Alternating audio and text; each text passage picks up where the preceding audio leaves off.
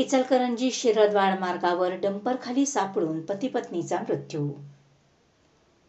इचलकरंजी पंचगंगा नदी रस्त्याकडील यशोदा पुलानजीक सोमवारी सकाळी 10च्या सुमारास झालेल्या अपघातात पती-पत्नी ठार झाले.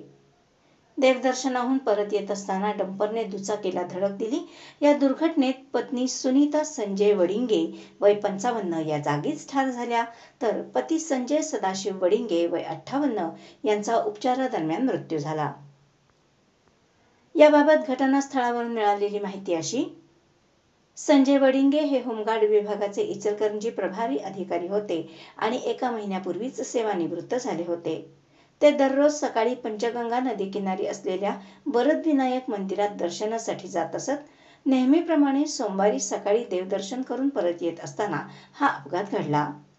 या अपघातामध्ये गंभीर जखमी झालेल्या संजय वडिंगे यांना तातडीने खासगी रुग्णालयात दाखल करण्यात आले, मात्र उपचार सुरू असतानाच त्यांचाही मृत्यू झाला.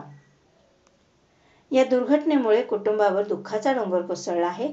अपघातातील डंपर गावभाग पोलिसांनी ताब्यात घेतला आहे.